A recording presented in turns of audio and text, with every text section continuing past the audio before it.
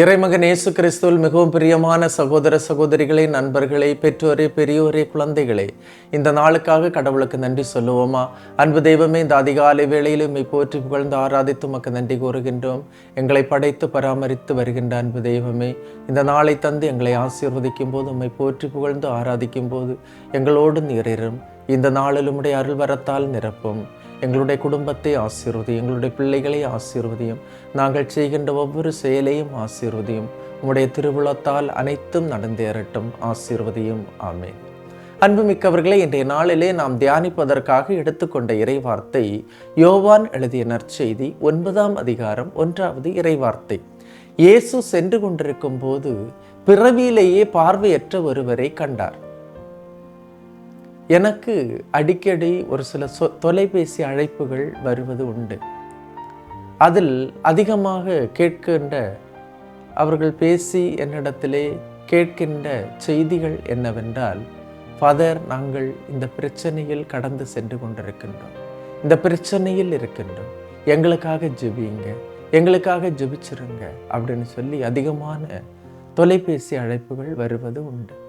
அது கடன் பிரச்சனையாக இருக்கலாம், அது திருமண நடக்காம இருக்கின்ற பிரச்சனையாக இருக்கலாம், படிப்பு சம்பந்தமான பிரச்சனையாக இருக்கலாம், வீடு கட்ட முடியாம இருக்கின்ற பிரச்சனைகளாக இருக்கலாம், எதிர்காலத்தை பற்றிய அந்த கஷ்டங்களாக இருக்கலாம், சொத்து பிரச்சனைகளாக இருக்கலாம், கடினமான நோயாக இருக்கலாம், அல்லது ஏமாற்றமாக இருக்கலாம், ஒரு சில நேரத்தில் பணத்தை கொடுத்து ஏமாந்தவங்களுடைய அழுகையாக கூட இருக்கலாம்.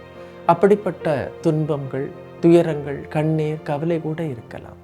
எனக்கு மீண்டும் ஒருவர் சொன்னார், அதாவது ஒரு நிறுவனத்தில் காசு போட்டு எல்லாமே இழந்துட்டோம், ஏமாத்திட்டாங்க, நான் தான் ஏஜெண்டாக இருந்தேன், என்ன செய்துட்டாங்க அப்படின்னு சொன்னால் எல்லாரும் இப்போ கடன்காரங்க வந்து கேட்கும்போது என்னால் எதுவும் பண்ண முடியலை, ஒரு குற்றவாளியாக நிற்கின்றேன் என்று அழுதார். அன்புமிக்கவர்களே, பார்வையற்றவன், இந்த உலகம் என்னவென்று தெரியாதவன், பிறவியிலேயே இந்த உலகத்தில் பிறந்தும் இந்த உலகை காணாதவன், அவனது வாழ்வு முழுவதும் இருள். கண்கள்தான் உடலுக்கு விளக்கு, அந்த விளக்கு இருண்டு போனால் என்ன நடக்கும்? இவ்வாறு இருண்ட வாழ்க்கையை தான் இயேசு கண்டார்.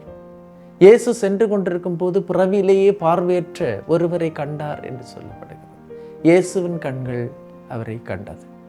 இயேசுவின் கண்கள் அவரை கண்டதனால் அவருடைய கண்களும் காணும். ஏனென்றால் இயேசு எந்த மனிதருக்கு இயேசுவின் கண்கள் காண்கின்றதோ அவர்கள் மீண்டும் உலகை பார்ப்பார்கள், புதிய பார்வையோடு பார்ப்பார்கள், புதிய உத்வேகத்தோடு பார்ப்பார்கள், புதிய ஒரு பார்வை, ஒளி அவர்களுக்கு கிடைக்கும். இந்த இறைவார்த்தையின் அபிஷேக ஆற்றல் உங்களுக்கு கிடைப்பதற்காக வேண்டி ஜெபிக்கின்றேன். தொடர்ந்து ஆசீர்வதிப்பார் ஆண்டவர், இதை நம்புங்கள். எல்லாம் வல்ல இறைவன், தந்தை, மகன், தூய ஆவியார் உங்களையும் உங்கள் குடும்பத்தையும் நிறைவாய் ஆசீர்வதிப்பாராக. ஆமேன். இயேசுவுக்கே புகழ், இயேசுவுக்கே நன்றி. மரியே வாழ்க.